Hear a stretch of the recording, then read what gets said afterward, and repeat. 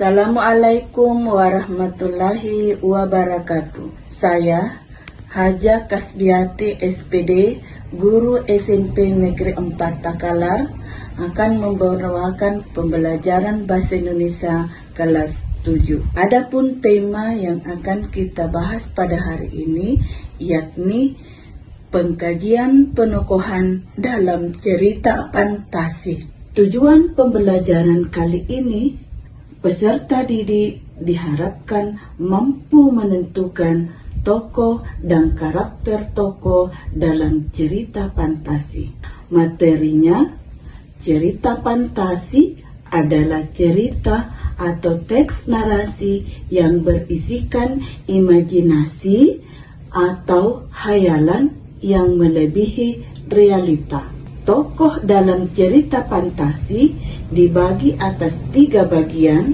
Yang pertama, tokoh protagonis. Yang kedua, tokoh antagonis.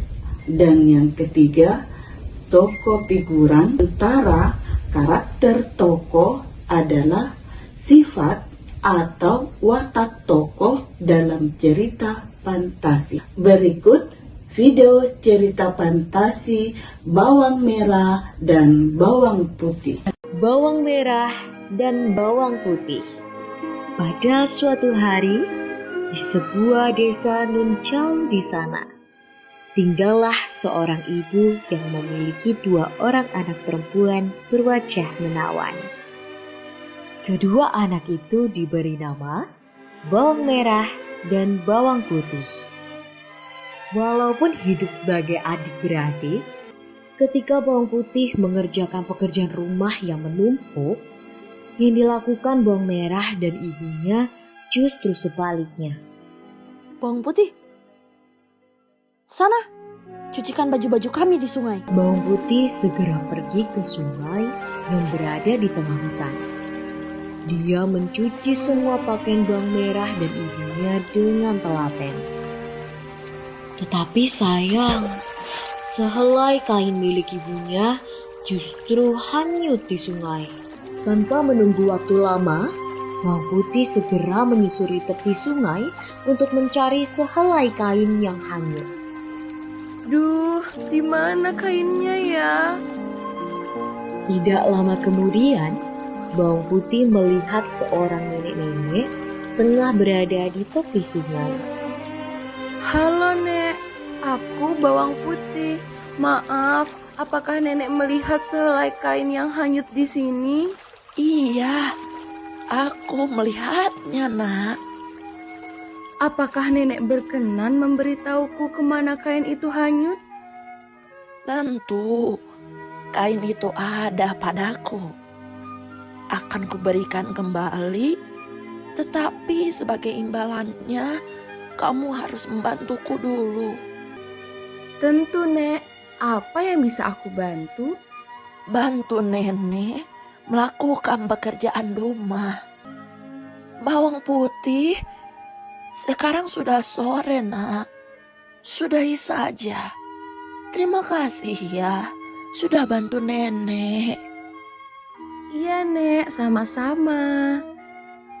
Setelah mendapatkan kain yang hanyut di sungai, bawang putih berniat kembali ke rumah.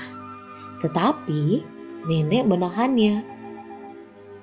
Sebelum pulang, ayo ambil dulu labunya untuk dibawa pulang, Nak.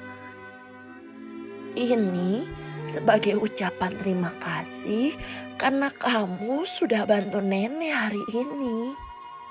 Aduh, tidak perlu repot-repot Nek.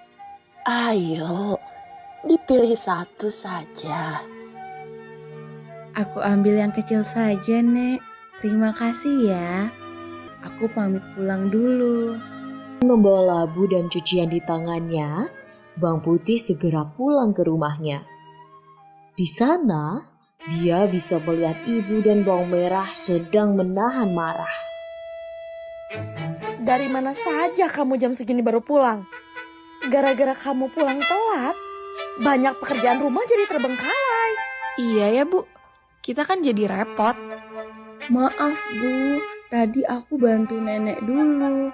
Aku juga bawa labu buat dimasak. Tadi nenek itu memberiku pilihan labu besar dan labu kecil. Tapi aku pilih yang kecil saja supaya tidak terbuang sia-sia. Mendengar perkataan bawang putih, sang ibu sangat marah. Sudah pulang telat, hanya bawa labu kecil pula. Direbutnya labu itu dari tangan bawang putih dan dibantingnya ke tanah. Seketika, dari dalam labu yang terbelah, muncul emas dan perhiasan berkilauan. Wah, isinya ternyata perhiasan. Harusnya kamu pilih labu yang besar. Jadi kita bisa kaya raya. Keesokan harinya, karena rasa tamak yang dimiliki ibu dan bawang merah, ibu menyuruh bawang merah untuk mengulangi yang bawang putih lakukan. Bawang merah segera pergi ke sungai dan dengan sengaja menghanyutkan kain. Dia juga berjalan di tepi sungai dan berlaga mencari kain yang hanyut. Benar saja, tidak lama kemudian dia melihat seorang nenek-nenek di sana. Nek, kamu lihat kainku tidak ya?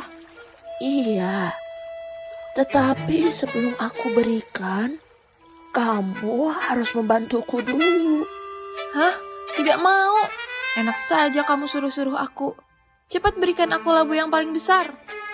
Nenek itu segera memberikan labu yang paling besar untuk bawang merah. Nah, sekarang aku akan kaya raya.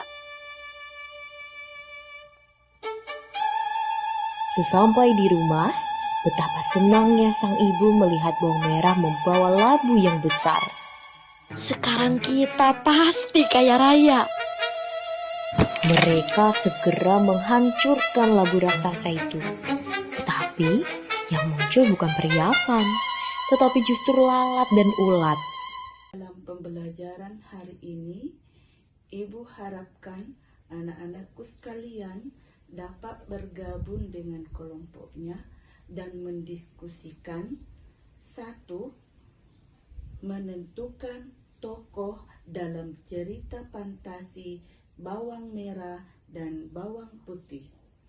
Kemudian yang kedua, menentukan karakter atau watak tokoh dalam cerita bawang merah dan bawang putih. Salam semangat dan selamat belajar.